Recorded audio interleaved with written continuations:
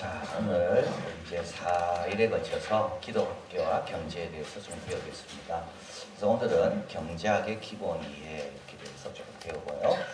우리 이제 내일은 다양한 재화와 가격 탄력성, 이제 이것이 신앙적 경제에 어떤 의미가 있는가, 요거를 좀 배우게 될 겁니다. 그래서 이제 탄력성이라는 게 뭐 어떤 것인가, 이런 걸 좀 배우시게 되고, 그리고 경제 사상가를 이제 탐색하게 되는데, 지금 이 교재에는 4명이 이제 소개되어 있습니다. 그래서 그 4명을 중심으로 좀 말씀을 드리고, 이제 마지막은 최근 이제 경제학에 발전된 행동 경제학, 이제 그것이 또 우리 신앙의 어떤 또 통찰력을 주는가, 그리고 이제 결론으로 우리 기독교는 어떤 경제 생활을 성경은 우리에게 가르치고 있는가, 그거에 대해서 말씀드리도록 하겠습니다. 먼저 첫째, 경제학은 이제 어떤 일을 누가 언제 할 것인지, 요걸 이제 어떻게 정하는 게 여기 어렵습니다. 요거를 이제 여러분이 오늘 이제 알게 될 겁니다. 식량은 누가 생산해야 됩니까? 옷은 누가 만들어야 됩니까? 한국 사람이 만들어야 됩니까? 방글라데시 사람이 만들어야 됩니까? 농사는 누가 짓습니까? 박사 받은 사람이 농사 짓습니까? 의사는 누가 됩니까? 이걸 누가 결정합니까? 이게? 요거를 이제 오늘 우리가 배우게 될 겁니다. 신앙은요, 이걸 누가 결정합니까? 이건 다른 거죠, 이게. 그래서 오늘날 이건 누가 생산하고, 이건 누가 소비하고,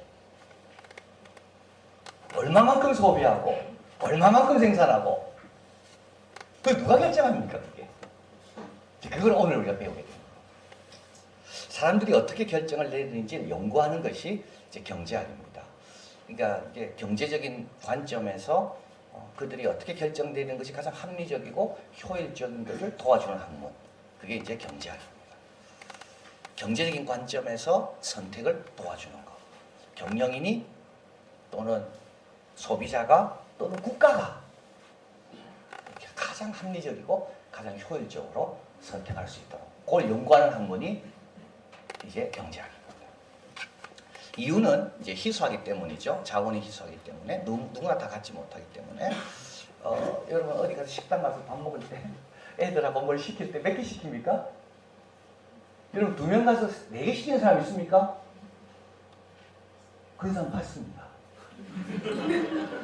진짜 부자는요 고민 안 합니다. 식당 가서 진짜 부자는 식당 가서 야 고민하지 마. 5개 일단 시켜. 그리고 네 원하는 것만 먹어.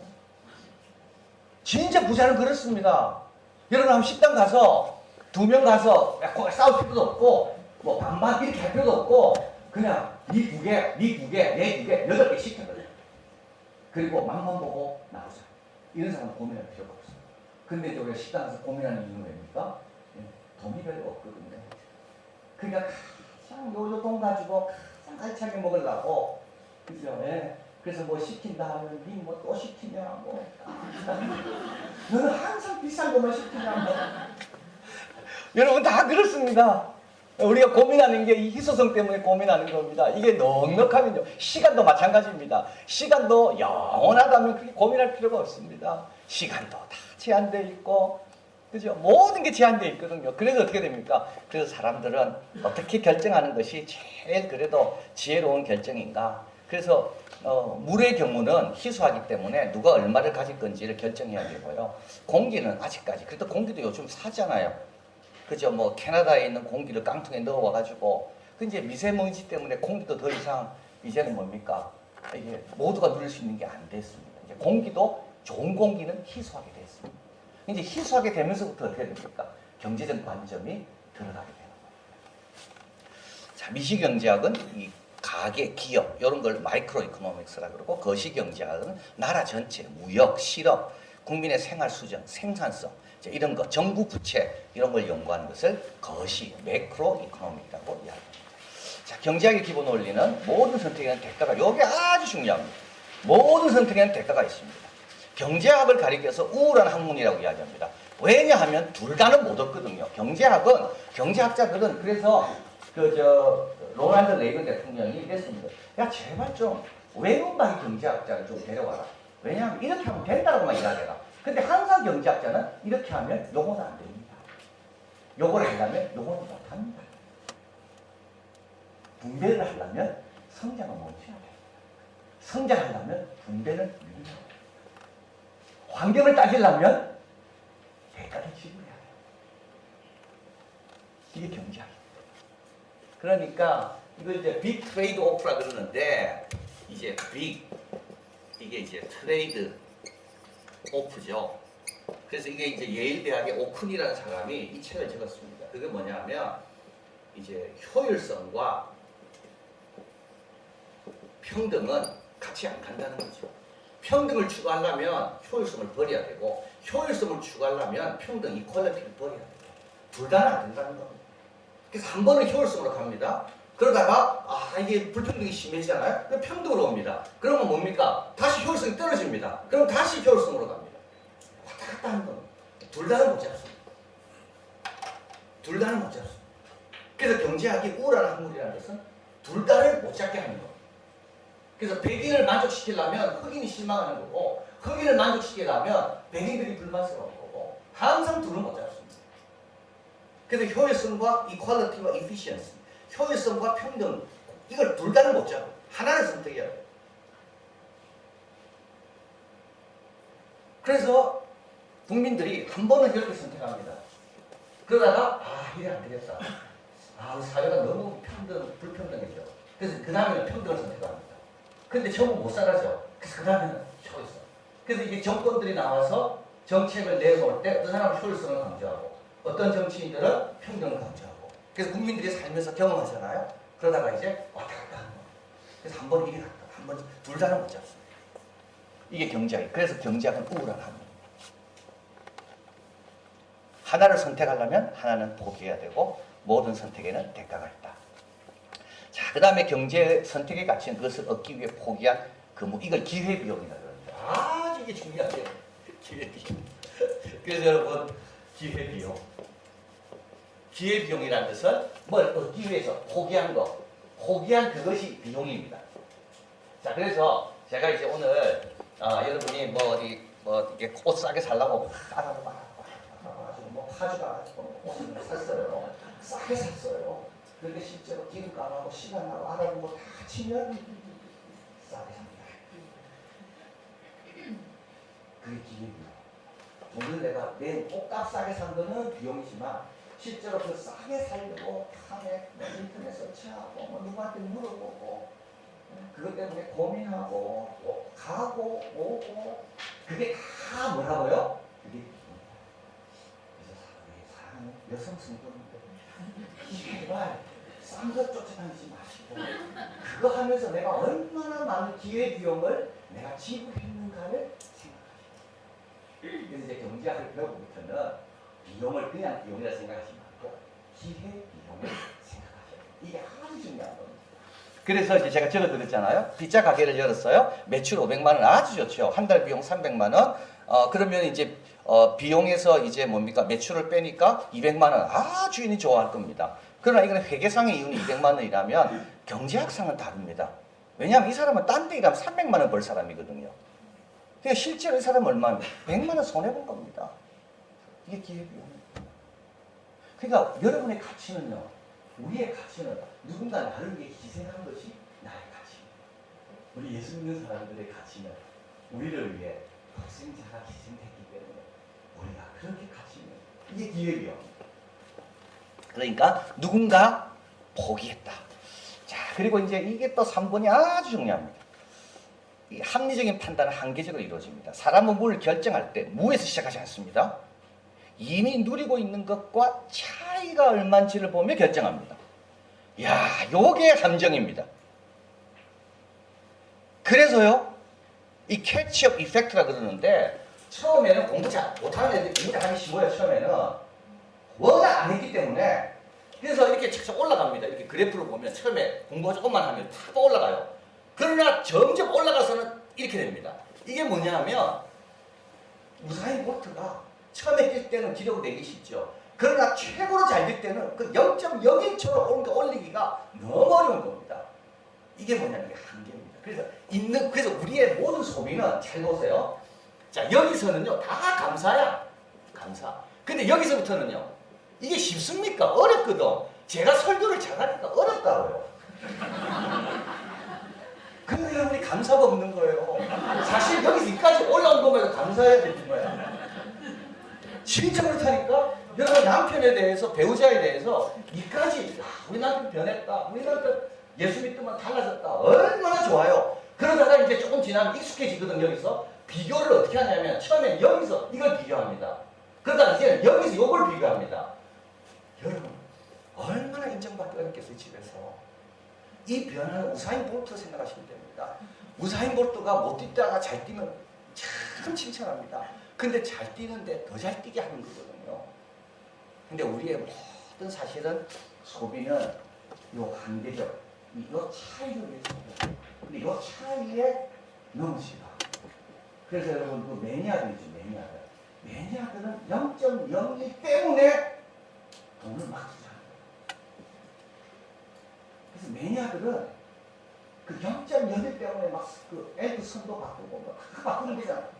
그게 뭡니까? 작은 차이. 전문가는 사실은 작은 차이를 아는 사람이 전문가죠. 그 작은 차이를 내는 사람이 사실은 전문가. 근데 우리도 소비를 할 때 그 차이, 그래서 무에서 하는 게 아니라 있는 곳에서 차이를 올려가면서, 그래서 갈수록 불만족스러워져요. 그래서 이미 가서 처음에는 좋습니다. 이거 좋은 환경에. 그러나 조금만 있으면 어떻게 됩니까? 여기 올라오거든요. 그 다음부터 차이가 없어진다. 그 다음부터 당연하게 되고, 그 다음부터 불만하게 되고, 그 다음에는요, 부족한 거 보게 되고, 이렇게 됩니다. 그래서 여러분 경제학을 배우신 다음에, 이제부터 설교를 들으실 때, 마음을 비우시고, 나는 심령이 가난한 분, 나는 다 괜찮습니다. 이러고 들어야 은혜가. 그래서 여러분 입맛 없는 애들은요, 더 맛있게 안 하셔야 돼요. 맛있게 하면 끝이요. 못해. 어떻게 해야 됩니까? 굶어. 맵게 굶기면 진짜 엉아주고 맛있습니다. 자꾸 잘해주는 거는요, 정말 끝이 없습니다. 감사도 없고 만족도 없습니다. 왜냐하면 거기서부터 또 비교하거든요. 자, 그래서 한계효용 체감의 법칙이 있습니다. 이건 소비할수록 효용 가치가 줄어듭니다. 처음 햄버거가 주는 만족은 아주 좋겠죠. 그러나 햄버거 먹고 점심 때 먹고 또 저녁 때 먹어요. 그 다음날 아침에 또 먹어요, 햄버거. 그 다음날 점심에 또 먹어, 햄버거. 그 다음날 저녁에 또 햄버거 먹어. 이걸 한계효용 체감의 법칙이에요. 그러니까 갈수록 가지는 가질수록 체감, 느끼는 것은 점점. 그래서 우리 대한민국 사람들이 왜 불행할까요? 여러분 우리는 감사가 별로 없잖아요. 왜냐하면 이 한계가 그러니까 점점 갈수록 이게 사실은 선진국으로 갈수록 이렇게 됩니다. 이 캐치 이펙트가 그러는데 처음에 따라잡기 쉬워요. 그러다가 갈수록 따라잡기 어렵죠. 그래서 우리 한국 사회가 지금 이 정도로 온 겁니다. 그래서 여기서 지금 이제 올라가야 되는데 이게 굉장히 어려운 거예요, 사실. 자, 그래서 경제적으로 생각한다는 것은 한계적으로 생각하는 거다. 그래서 여기와의 차이를 위해서 내가 더 소비할 것인지 더 지출할 것인지를 결정하는 거예요. 그래서 그것을 아예 그냥 포기하는 사람은 한계적 그런 차이를 위해서 방황하지 않는다. 자, 그래서 차이를 누리고 싶어서 낭비하고 방황하죠. 우리 오늘 청년들이 이렇게 많이 왔는데 너무 참 잘 오신 거예요. 우리 그 디저트 그 차이를 위해서 막 찾아가고, 그죠? 그리고 그 맛있는 걸 먹는 순간 좋지만 그 다음부터는 더 맛있는 거 먹어야 돼. 끝이 없습니다. 끝이 없습니다. 사역을 쫓을 스승을 많이 주는 게 그렇습니다. 처음에는 이 스승이 내한테 만족을 주지만 그 다음부터는요, 더 만족 주는 사람 찾아갑니다. 더 만족 주는 사람 찾아갑니다. 그래서요, 뿌리를 못 내리는 거예요. 뿌리를 못 내리는 거예요. 자, 마음은 은혜로서 굳게 하며 아름답고 식물을 할 것이 아닙니다. 또 사람은 경제적 유인에 반응하죠. 가격이 오르면 안 사 먹죠, 여러분. 가격이 내려가면 좀 더 소비하게 되고 그렇게 됩니다. 자유거래는 모든 사람을 이롭게 합니다. 그죠? 특화할 수 있습니다. 나는 그것만 만들면 되니까. 그리고 그렇게 만들 수 있으니까 어떻게 됩니까? 좀 혁신이 일어나겠죠. 그럼 가격이 싸지게 될 겁니다. 그래서 사람들은요, 이 자유시장이 있는 곳에 훨씬 혜택이 많습니다. 그래서 여러분, 아프리카 같은 나라가 훨씬 비쌉니다. 인터넷 같은 거 하나 설치하는데, 와이파이 설치하는데, 우리 선생님 말 들어보니까 100만 원 됩니다. 왜냐하면 그게 자유시장이 아니거든요. 다 독점이거든요. 그러니까 그게 굉장히, 물값도 비싸고, 다 전기값도 비싸고, 못 사는 나라가 더 비쌉니다. 우편요금 더 비쌉니다. 참 이상하죠. 경쟁하는 나라에 있는 백성들은요, 훨씬 쌉니다. 이 자유시장이라는 것이, 나중에 좀 말씀드리겠지만, 자유시장은 우리에게 더 많은 혜택을 돌아가는 게 자유시장입니다. 자, 그 다음에 이 절대우와 상대우가 있습니다. 이거 아주 재밌습니다. 타이거 우즈가 있다. 타이거 우즈가 있어요. 타이거 우즈. 그래서 이제 타이거 우즈는 골프도 잘 치고, 그리고 이 사람이 힘이 세니까 잔디도 잘 깎아요. 잔디도. 그죠? 잔디도 잘 깎아요. 잔디도. 근데 이 철수는 골프는 뭐 칠 수도 없고 잔디도 잘 못 깎아. 그래서 똑같은 시간에 타이거 우즈는 골프도 잘 치고 잔디도 많이 깎아요. 철수는 똑같은 시간에 주어졌는데 골프도 못 치고 잔디도 잘 못 깎아. 그래서 타이거 우즈는 절대 우위가 있는 거예요. 철수에게. 뭐에? 골프도 잔디도. 왜냐하면 똑같은 양의 잔디를 깎는데 타이거 우즈는 훨씬 적은 시간이 들거든. 이 사람은 많은 시간이 든다고요. 이걸 절대 우위라고 합니다. 그런데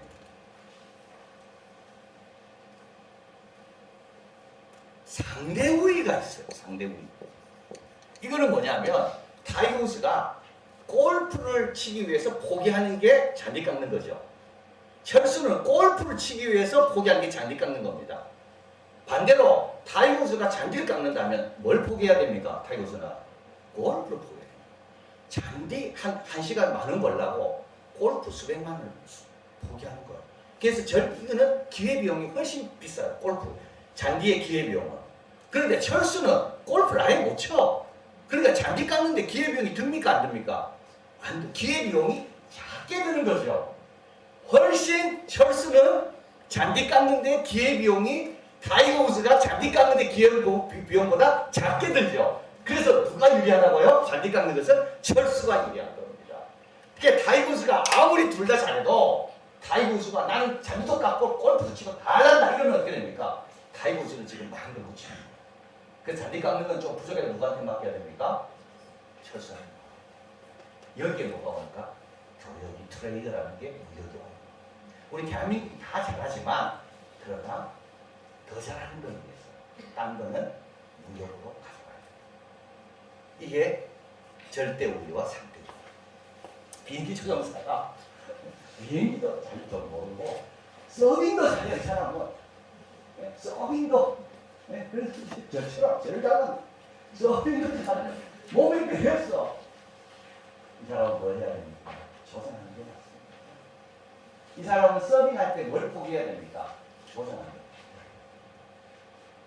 이 사람이 딴 사람이 마음에 안 들어요. 조선하는 거. 이 서빙하는 게. 그래도 타이거스는 기회비용이 훨씬 많기 때문에 타이거스는 조선해요. 이거를 상대우위와 절대우위다. 그래서 누구나 다 절대우위는 있을 수 있습니다. 모든 면에 잘할 수 있습니다. 내가 모든 면에 잘할 수 있어요. 그러나 그걸 다 하면 안 돼요. 그걸 다 하려면 나는 딴 거 중요한 걸 포기하게 됩니다. 그래서 여러분은 다 할 수 있지만 좀 부정한 사람에게 맡기는 것이 훨씬 유리합니다. 이게 이제 경제학에서 우리가 가르치는 겁니다. 자, 그 다음에 이제 6번입니다. 여러분 보겠습니다. 일반적으로 시장은 경제 활동을 조직하는 좋은 수단입니다. 자, 여러분 이제 나옵니다. 아까 제가 말씀드린 것은 누가 생산하고 얼마나 생산하고 누가 소비하고 얼마나 소비하는가 이걸 누가 정합니까? 요게 중요한 겁니다. 누가 정합니까? 왕이 정합니까? 안 그러면 부모가 정합니까?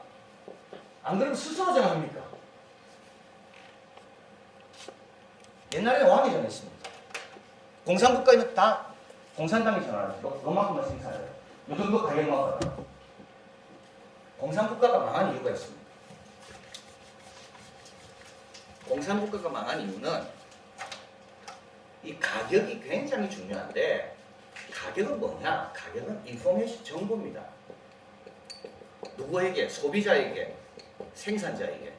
그래서 딱 가격이 있으면 그 가격에 맞춰서 나는 소비하면 되는구나. 그 가격에 맞춰서 생산하면 되는구나. 근데 이걸 공산국가는 누가 정합니까? 공산당이 정합니다. 정부가. 그러니까요. 이 정부가 이 인포메이션이 엉뚱한 인포메이션을 가지고 생산해야 되고 소비해야 되고 그러니까 모질하고 남고 근데 이것이 가장 합리적으로 이루어지는 곳이 어디냐면 시장에서 정하죠. 자유롭게 시장에 들어가서 비싼 걸 안 사요. 싼 거 사고 근데 자꾸 사다 보니까 어떻게 됩니까? 생산하는 사람이 이거 조금 더 만들어도 되겠다. 더 만들고 이 비싸니까 사람들이 안 사는구나. 그러면 좀 단가를 낮춰야 되겠다. 이렇게 계속 조정하면서 어떻게 됩니까? 가장 합리적인 가격, 인포메이션을 줍니다. 이 가격이 뭘 정합니까? 누가 생산하고 누가 소비하는 걸 정하는 것. 돈 없는 자는 소비 안 합니다.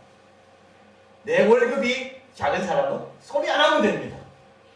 돈 많은 사람은 소비하면 됩니다.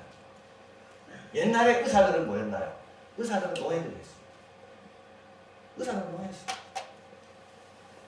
누가 피를 몰라 하겠어요? 누가 공을 짜겠어요? 노예들이 나지. 지금 누가 합니까? 제일 똑똑한 애들 의대 가잖아요. 그렇죠. 근데 왜 똑똑한 애들 의대 갈까요? 한해 부심 때문에 갑니까? 솔직하게. 솔직하게 누가 의대 갑니까? 가격. 그걸 누가 정합니까? 가격이 정한다니까요. 우리가 쿠바처럼 공산국가가 돼서 의사가 돼도 돈 하나도 못 벌고 하나도 안 간다 이러면 진짜 부르심 따라 가겠지. 그러나 이걸 누가 정합니까 지금? 시장에서 정하는 겁니다. 그런데 이게 나쁘냐? 그럼 여러분 다른 대안을 이야기해보세요. 뭐가 있어요? 그럼 누가 가야 돼요 그러면? 왕이 네가 가라 그래 가야 됩니까? 이걸 가기 위해서 노예자라고 해요. 노예자. 본인의 선택은 못해요. 자, 그래서 여러분 이거 누가 생산하고 얼마 동안 생산하고 누가 소비하고 이런 것들을 왕이 정할 수가 있습니다. 정부가. 또는 전통. 첫째 아들이기 때문에 네가 가라. 둘째 아들이기 때문에 네가 가라. 너는 양반이기 때문에 이렇게 가고 너는 쌍놈이기 때문에 저렇게 하고 이걸 다 전통이 정할 수가 있어요. 그럼 이것보다 그래도 덜 나쁜 게 뭡니까? 시장입니다. 그래서 우리가 이 세상을 살아갈 때 이 레스 이블이라는 걸 꼭 알아야 됩니다. 여러분 완벽한 세상은 없습니다. 그래서요 완벽한 정치도 없습니다. 레스 이블을 선택하는 거예요. 덜 악한 사람을 선택하는 거예요. 미국도 나쁘고 러시아도 나쁘고 중국도 나쁘지만 레스 이블을 선택하는 거예요. 우리가 이 땅에 살면서 우리의 선택은 다 레스 이블입니다. 사실은. 그래서 시장도 이제 시장의 실패가 나옵니다. 시장도 다 감당 못합니다. 시장도 못 놓치는 게 많이 있거든요. 시장의 실패라 그러는데 그럼에도 불구하고 누가 생산하고 얼마만큼 생산하고 누가 소비하고 이런 것들을 결정하는데 왕이 아니고 전통이 아니고 자유시장이 그래도 소비자와 생산자에게 합리적인 어떻게 보면 희소성을 잘 관리할 수 있는 그런 인포메이션을 준다. 여러분 노예제는 뭘까요? 노예제도. 연합의 제국에 보면 노예제도가 나옵니다.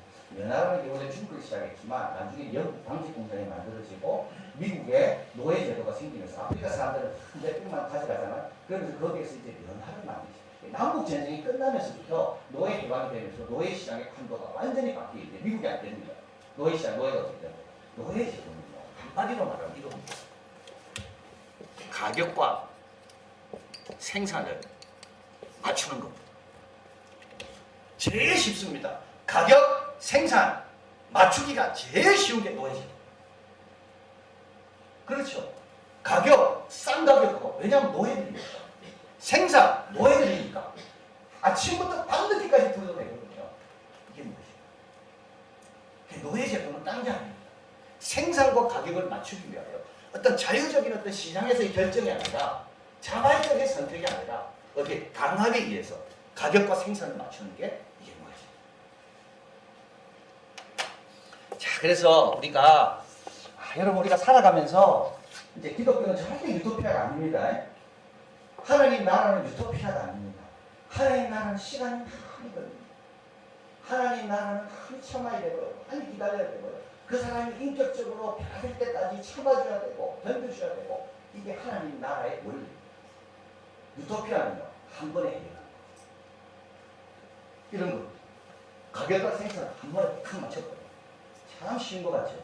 그러나 뭐가 됩니까? 인간의 자유와 인간의 창의성과 인간의 주권 다 없어집니다. 그래서 이제 평등에 대해서 말할 수 기회가 있을지 모르겠지만 여러분 평등은 절대 하나님이죠. 하나님은 다양하게 지었거든요. 재능과 은사를 다양하게 주셨어요. 그래서 각자 그 재능을 가지고 서로 섬기며 사는 것 그게 자발적으로 하는 게 하나님 뜻이지 하나님은 모두가 그 사회주의와 공산주의 아주 천주질서가 많았어요. 하나님 종류별로 다양하게 만들었어요.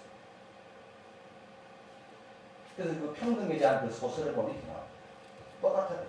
그래서 너무 똑똑한 사람은 머리가 너무 좋으면 안 돼. 그래서 그 사람은 10초마다 귀에 이걸 꽂고 살아야 돼. 10초마다 막 소음이 들려. 그래서 생각 못 하게. 왜냐면 생각 앞서가면 안 되니까. 아주 잘생긴 사람이죠. 그 사람은 얼굴에 뭘 쓰고 살아요. 왜냐하면 다른 사람한테 좀 이렇게 비교되잖아요. 힘 좋은 사람 있죠. 이 사람은 150kg 들고 다녀요. 왜냐하면 그래야 힘이 균형됩니다. 여러분 하나님의 나라는 평등합니다. 다 자발적으로 섬기고 사랑하고 5달러 주다가 1달러 더 보십시오. 똑같이 안 줍니다. 칭찬은 작지만 재능에 따라 은사도 다르고 각각 다릅니다. 근데 이거를 아버지의 어떤 성령의 역사로 다 조화되며 겸손하며 사랑하며 하나 되며 이것이 하나님입니다. 그래서 우리가 세상을 바라볼 때 이 세상은 이렇다, 왜 이럴까? 그렇지만 거기서 우리가 선택을 해야 된다면 레스 이브를 선택해야 됩니다. 그래서 누가 생산하고 언제 얼만큼 소비하고 누가 소비하고 자 이거는 시장이 결정한다. 이것이 레스 이블이고 그래도 일반적으로 시장이 경제활동을 조직하는 좋은 수단이다. 일반적으로 절대적인 건 아니고 여기에도 한계가 있습니다. 자 그러나 이제 7번이죠. 그래서 여러분 이제 그 제 강의를 들을 때 뭐 여러분 생각하고 다 경제는 다 생각을 다 하고 계시니까 저하고 좀 다를 수가 있는데 끝까지 듣고 생각하십시오. 아직 안 나왔어요. 결론 아직 안 나왔으니까 4강까지 다 듣고 to be continue라 생각하시고 드라마도 끝나잖아요. 그럼 그 다음까지가 나오거든요. 4강까지 한번 들어보시고 그래서 저는 시장 만들기가 아니에요. 그래서 정부가 나오죠. 시장도 시편. 이걸 외부자라고 합니다. 외부 효과. 한 사람의 행위가 제3자의 경제적 구성에 영향을 미치고 그에 대한 보상이 이루어지지 않습니다. 이런 게 너무 많습니다. 긍정적인 외부 효과. 제3자의 경제적 구성의 수준을 높입니다. 특히 학교가 그렇습니다. 학교가 하나 세워지잖아요. 그러면 이제 학교가 세워지면요. 그 학생들이 공부만 하는 게 아닙니다. 걔만 좋아지는 게 아닙니다. 걔가 질서도 배우고 뭐 예절도 배우고 가정에 가서도 배우고 그런 거 어떻게 됩니까? 학교에서 지만 있겠고 지 거려만 쌓는 게 아니에요. 그 학생은 나중에 사회에 여러 가지 기여를 하는 인물이 되는 겁니다. 그래서 자기 돈만 냈어요. 돈만. 그렇지만 실제로 혜택은 사회가 바뀝니다. 이건 아주 긍정적인 외부. 부정적인 외부가 그리고 뭐 매연 이런 겁니다. 그래서 알루미늄 그릇의 가격에 포함 안 됐어. 내가 막 기침하고 그래. 그러나 누군가의 피해를 입었지만 가격에 포함이 안 됩니다. 이게 이제 부정적인 외부입니다. 여러분 강아지 키우는 사람 부정적인 외부. 데리고 다니면서 똥 싸고 오줌 싸고 하나도 안 치워요. 그리고 여러분 아파트에서 강아지 우는 소리 때문에 짖는 소리 때문에 문을 닫아야 돼요. 더워도 에어컨 켜야 돼요. 그 비용을 강아지 주인이 냅니까 안 냅니까? 안 내죠. 그래서 이거를 내부화시켜야 돼요. 내부화시키는 겁니다. 강아지 주인들은 강아지 수를 써요. 됩니까? 안 되죠. 이게 이제 뭐냐? 이게 내부 효과의 내부화. 여러분 잘 나는데 걔가 막 찍고 이래 보십시오. 더운데 에어컨 켜야 돼요. 그 에어컨 값은 누가 냅니까? 그 강아지 주인이 냅니까? 내가 냅니까? 내가 내거든요. 그 강아지의 실제적인 비용은 내 비용까지 들어가야 돼요. 그래서 그 사람이 강아지를 키울 때 그 비용까지 생각하고 키운다면 강아지를 덜 키울까요? 많이 키울까요? 덜 키우죠. 이제 좀 제대로 지금. 자, 그럼 학교입니다. 자, 학교가 들어오면서부터 기업이 아주 중요한 외부 효과입니다. 여러분, 기업이라는 거는요, 우리가 잘 이해해야 됩니다. 기업이 들어오잖아요. 자, 기업이 들어옵니다. 기업이 들어오면 누군가 일할 겁니다. 일하면요, 그 사람이 집으로 돌아갑니다. 집으로 돌아가면 가정이 바뀝니다. 아이가 바뀌고, 우리 아버지 일하기 때문에 자긍심이 높아지고, 그 아이도 못할 것이고. 기업 하나는요, 사실은 우리가 생각한 것보다 훨씬 더 사회에 기여한 게 있습니다. 우리 교회가 어려운 사람 돕는 것보다 기업이 일자리를 만들어서 한 가정을 살리는 게 훨씬 안정적이고 효과적입니다. 기업입니다. 그래서 예를 들면 제너럴 일렉트릭이 한국에 들어왔어요. 그래서요, 거기는 서구적인 문화를 가져왔어요. 그래서 거기서 서구적인 문화를 아버지가 배웠어요. 그 집에 가서 서구적인 문화를 가르쳐. 시간 잘 지켜라. 정직해라. 여성도 괜찮다. 공부해라. 꿈을 가져라. 그리고 어떻게 됩니까? 실제로 사회가 그 기업으로부터 받는 혜택이 훨씬 많아요. 그러나 우리는 그 회사에다가 질문을 하죠. 교회 대표적이고 긍정적인 교회. 너무 교회가 하면 다르지. 사회가 다르지.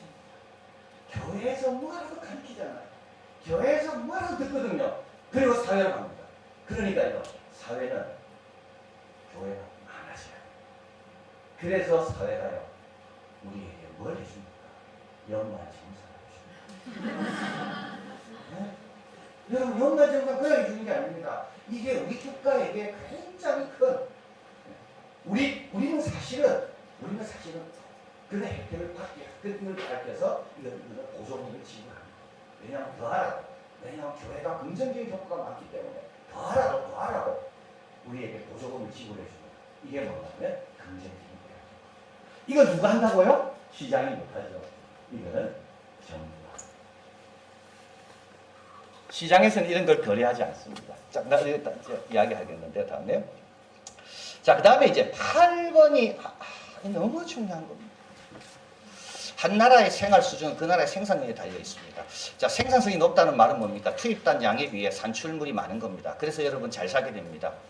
그죠? 하루에 고기 100마리 잡는 사람이 잘 사겠습니까? 하루에 고기 한 마리 잡는 사람이 잘 사겠습니까? 100마리가 잘 삽니다. 생산성이 높은 사람이 잘 사게 되어 있습니다. 한 마리 잡는 사람은요, 그 한 마리 갖고 자기도 못 먹어요. 그러나 하루에 100마리 잡는 사람은 5마리 먹고 99마리 파는 겁니다. 이 생산성이 그렇게 중요한 겁니다. 근데 생산성에 미치는 요인들이 있습니다. 근로자 1인당 물적 자원입니다. 여러분, 트랙터가 있으면 훨씬 일 많이 할 겁니다. 안경이 있으면 어떻게 됩니까? 돋보기가 있으면 훨씬 정확하게 일할 겁니다.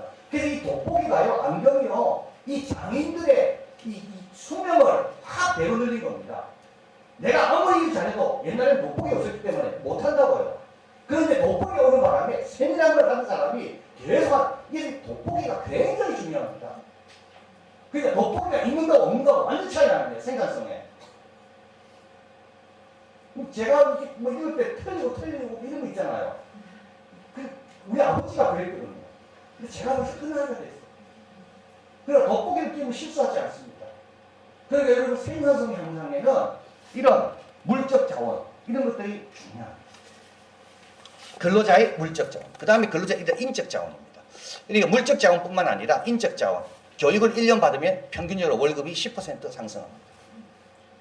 그러니까 MBA를 하고, 그죠? 뭐 포스트를 하고, 자꾸 교육을 더 재교육을 받잖아요. 그러면서 어떻게 됩니까? 내가 할 수 있는 역량들이 자꾸 커지게 됩니다. 생산성이 높아집니다. 그리고 또 근로자의 1인당 자연자원, 토지, 강, 광물, 뭐 회복 가능한 자원, 회복 불가능한 자원, 미국 같은 경우 땅, 중동의 석유 이런 것들이 많아지면 생산성이 높아집니다. 그리고 건강과 영양입니다. 다른 조건이 같다면 건강한 노동자가 생산성이 높겠죠. 건강한 사람은 오랫동안 집중해서 잘할 수 아니겠습니까? 그래서 이제 이 조사를 해보니까 국민 건강은 생산성 높이는데 평균 키가 중요하대요. 생산성도 늘어난다는 겁니다. 한국의 경우 1960년 65년 사이 칼로리 섭취량이 44%나 늘었습니다. 남성의 평균 식량이 5cm 성장했습니다. 그래서 생산성도 높아졌다는 겁니다. 건강이 중요합니다. 기술 지식이 중요하죠. 제어와 서비스 생산한 최선의 방법. 그래서 농부들이 뭐 비닐하우스 재배 방법 뭐 이런 것들을 가지고 기술을 갖고 있으니까 숫자가 그만큼 안 들어가도 작은 농부를 가지고 많은 양을 생산할 수가 있습니다. 자, 그 다음에 제가 말씀드리고 싶은 게 이겁니다. 무형자산의 비밀입니다. 부유한 나라들은요, 그들이 부유한 이유가 대체로 국민들이 지닌 기술과 경제활동을 뒷받침하는 제도의 질 때문입니다. 미국의 경우 자연자원은 부의 1에서 3%밖에 안 됩니다. 기계, 건물, 도로 등은 18%입니다. 나머지는 무형자원입니다. 재산권 보호, 신뢰, 효율적인 사법제도, 효과적인 정부. 여러분 한번 쭉 보십시오. 가난한 나라와 부자 나라. 가난한 나라는 100% 정부가 효과적이지 않습니다. 이걸 로그 내션이라 실패한 국가. 실패한 국가는 전부 못 삽니다.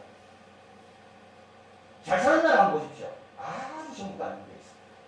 그래서 여기 국가가 굉장히 중요합니다. 우리 대한민국이 우리한테 굉장히 중요합니다. 대한민국이 공정한 사회가 돼야 되고 안전한 사회가 돼야 되고 법과 제도가 선진화돼야지만이 우리가 잘 삽니다. 그러니까 미국도 그 많은 땅과 그 많은 석유가 나와도 실제로 이 사유재산권을 보호하고 사법 질서가 바로 잡혀 있고 정치적으로 안정돼. 근데 지금 막 무너진다고 그러잖아요. 이 트럼프가 와가지고. 그래서 영리하는 겁니다. 여러분, 이런 보이지 않는 무형의 자산이 굉장히 중요합니다. 서로 신뢰하고, 서로 신뢰하고, 거리를 가보면 깨끗하고, 일본 한번 가보십시오. 얼마나 깨끗한지. 그게 굉장히 중요합니다. 우리 탐사 의사들 러시아 다녀오셨잖아요. 러시아를 가리켜서 도둑 정치라고 합니다. 러시아를 크레토크레시라고 해요. 러시아 도둑의 정점에는 푸틴이 있습니다. 중요한 건 제가 다 해냈습니다. 그래서 우리 그때 갔었잖아요. 그죠? 그래서 사우나가 좋은 사우나가 있었는데 고려인이 와서 자리에서 1년 동안 다 지켜보다가 그 다음에 이제 마피아가 들어와가지고 뭐 우리 내 옷이 네 사실 뭐 식으면 그만둬라. 그거 죽는다는 겁니다. 네. 그래가지고 할 수 없이 하다가 이런 나가야 되겠다. 나갔어. 그 마피아가 없는 거예요. 그럼 이해가 안 되시죠? 러시아를 한 서너 번 갔다 온 이해가 되시죠? 우리 그저 시계 만드는 회사 있습니다. 이 사람에게 마피아가 왔어요. 장사를 했더니 너 사실 내 옷이 와. 내 옷이 하나도 없잖아. 제가 못한다고 그랬어. 그 다음에 죽었어. 푸틴이 그런 사람이에요. 제가 지난주 설교하면서 내가 참 설교 중에 푸틴 말하기 싫어서 내가 러시아라고 했지. 그래서 여러분 러시아 가서 말하라는 말 하면 큰일 납니다. 말하라고 했다가 여러분은 언제 다칠지 몰라요.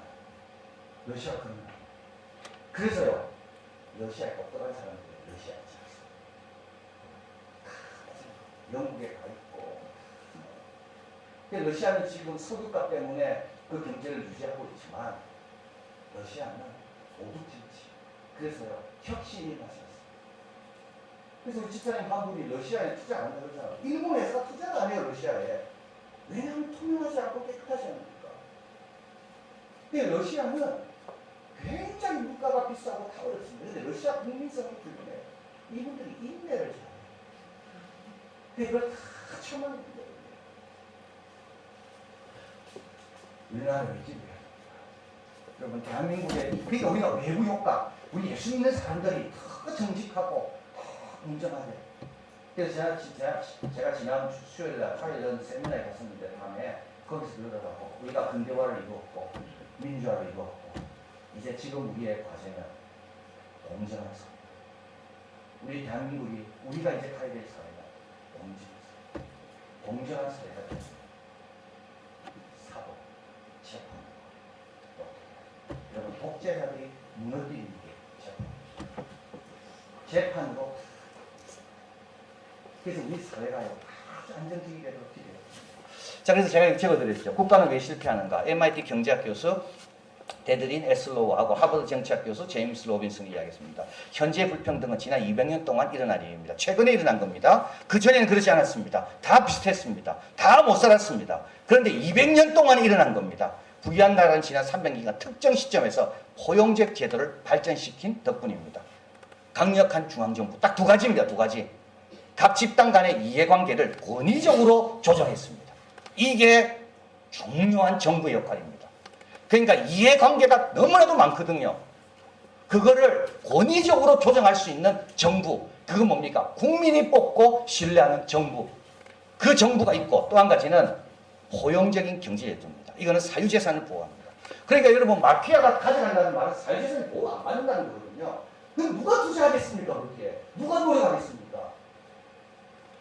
갑자기 정부가 공산당이 들어와가지고 트집을 잡아가지고 홍콩이 지금 대부하는 거 그거 아닙니까? 그래가지고 어떻게 됩니까? 말 안 들으면 갑자기 정부가 가져가 버리는데 사회재산이 보호가 안 되면요, 누구도 투자하지 않고 혁신이 일어나지 않습니다. 사회재산이 굉장히 중요합니다. 그래서 사회재산은 그냥 내가 뭘 돈을 갖고 내 걸 지키는 그 뜻이 아닙니다. 사유재산은 국가와 개인의 그 선을 말하는 겁니다. 국가가 뭐 넘지 못한 선이 있어요. 그게 개인의 사유재산. 그래서 사유재산은 그냥 내 욕심을 채우고 이런 차원이 아닙니다. 여러분, 국가가 오래됐습니까? 가정과 개인이 오래됐습니까? 그럼요. 타락하기 전부터 가정과 개인이 있었습니다. 그래서 로마 캐톨릭에서 사회주의는 항상 가정과 개인이 국가보다 오래됐다는 것을 강조합니다. 그래서 여러분, 사유재산은 그냥 단순하게 내가 뭐 내財産 지키고 이 차원이 아닙니다. 국가와 국가의 개입이 어디까지만 허용되는가? 딱 그겁니다. 그리고 국가는 그걸 지키줘야 돼. 그래야 내가 수고하죠. 그래야 내가 동기부여가 되지. 내가 열심히 했는데 어느 순간 다 빼앗기고, 그럼 누가 노력하겠어요? 그래서 여기서 마찬가지입니다. 포용적인 경제제도는 사유재산을 보호합니다. 인센티브가 공평하게 주어집니다. 창조적 파괴가 권장합니다. 여러분, 창조적 파괴를 막으려고 그러겠죠. 기득권자는 창조적 파괴를 막으려고 합니다. 그걸 막으려고 정부하고 추악한 동맹을 맺을 겁니다. 그런데요, 포용적 경제제도는 공정하게 누구에게나 기회를 줍니다. 그래서 창조적 파괴를 방지합니다. 이 책에서 그 코란 이야기가 나옵니다. 그래서 중세 때까지만 해도 이슬람이 앞섰습니다. 수학이고 천문학이고. 그런데 자꾸 다른 갖다 놨는데 이 코란하고 안 맞잖아요. 그래서 중동 이슬람 국가들은 과학을 정의시킵니다. 창조적 파괴. 그래서요, 서구는 자꾸 앞으로 가는 거예요. 이거는 여전히 코란이 나옵니다. 베니스도 마찬가지예요. 베니스도 막 상업이 일어나면 막 새로운 어떤 것들을 만들어야 되는데 그러지 않고 기득권자들이 모든 걸 다 누렸어요. 그래서 베니스가 됩니까? 무역의 중심에서 벗어나기 시작합니다. 창조, 뭐 우리 집 사다, 뭐 이런 거, 이런 것들 우리 고민을 많이 해요. 이런 혁신과 이런 것들이 왔을 때 이게 싸움이 일어나잖아요. 그러니까 아까 얘기했잖아요. 하나를 얻으면 하나는 누군가는 또 피해를 입을 때요. 이런 과정 가운데 그래서 중요한 게 뭡니까? 공정성이고 정부의 어떤 권위적인 정부의 역할이 중요한 것을 우리가 알고 있습니다. 자, 그래서 이제 못 사는 나라와 이 두 가지 제도는 거죠. 포용적 경제제도와 그게 정치와 경제입니다. 그래서 경제학자들과 현실을 읽는 것이 있습니다. 이어지는 게 정치입니다. 경제학자가 아무리 들어도 정치가 하나 감사합니다. 경제와 현실을 읽는 것이 정치입니다. 그래서 이제 경제학자들이 이런 연구를 통해서 계속 정치적인 것을 제안하게 됩니다. 자, 그럼 이제 결론 적용해 보겠습니다. 여러분, 계산을 좀 잘 하시길 바랍니다. 여러분, 하나님 앞 계산 잘 하시길 바라요. 예, 누가복음 14, 30절 또 이 어떤 임금이 다른 임금과 싸우러 갈 때 먼저 앉아 1만으로 저 2만을 가지고 오늘 자를 대적할 수 있을까? 헤아리지 않으겠느냐? 여러분 신앙은 후불제라 그랬습니다. 계산 잘 하시길 바라요. 지금 수고하고 나중에 받는 게 훨씬 낫습니다. 이 선택에는 대가가 따른다 그랬잖아요. 그래서 뭔가를 포기한다 그랬거든요. 그래서 여러분 신앙은요. 죄는 항상 선불제입니다. 죄는 좋은 거 먼저 오는 것 같지만 실제로 나중에 대가를 같이 입어갑니다. 그래서 우리가 뭘 선택을 할 때 그죠? 내가 뭘 버려야 되나? 그 선택, 이걸 알아야 돼요. 또 한 가지는, 나라를 위해 기도해야 됩니다. 임금과 높은 지위에 있는 모든 사람을 위하여 하라. 이는 우리가 경건과 단정한 중에 고요하고 평안한 생활을 하게 하려 함이니라. 우리 나라를 위해 기도해 주시고, 정치인들 위해 기도해 주시고, 가르치는 많은 분들을 위해, 우리가 나라를 위해 우리가 기도해야 됩니다. 그리고 또 마지막으로 잘 배워야 됩니다. 긍정적인 외부 효과가 있어야 됩니다. 교회 왔다 갈 때마다 사회가 좀 달라지고 가정이 달라질 수 있도록 우리가 긍정적인 외부 효과가 우리에게 있어야 됩니다. 이러기 위해서는 잘 배우면 됩니다. 너희가 이방인 중에 행실을 선하게 가져 너희를 악행하다고 비방하는 자들과 너희 선한 일을 보고 공부하시는 날에 하나님께 영광을 돌리게 하려 합니다. 그래서 이방인 가운데서도 선한 행실을 계속 가져야 됩니다. 여러분 옛날에는 안 그랬습니다. 여자아이 나오면 그죠? 지금은 여자아이 나오면 은혜라 지혜라 이게 다 교회가 중요합니다. 그래서 지금도 있습니다. 지금도 우리는 겸손을 가르치고 인내를 가르치고 섬김을 가르치고 그래서 교회 왔다 갈 때마다 그런 긍정적인 그래서 이 대한민국 사회에 일단 어떤 문화의 토양과 이 질들이 겸손해지고 차분해지고 온유해지고 이런 것들을 우리가 예수님의 마음을 자꾸 배우면서 그런 긍정적인 거예요. 마지막으로 기회비요. 하나님께서 우리가 얼마나 가시는지 어떻게 합니까? 우리 지금 요한일서에서 결국 사랑하라 되어 있잖아요. 이분의 가시가 얼마입니까? 우리 장로님의 가시, 우리 이분의 가시 예수님이 희생한 그 가시. 그래서 우리가 살아요.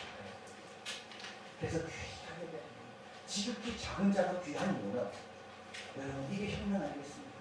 지극히 작은 자고 어린아이도 귀한 이유는 예수님이 그를 위해 희생했기 때문에 이게 바로 기회예요.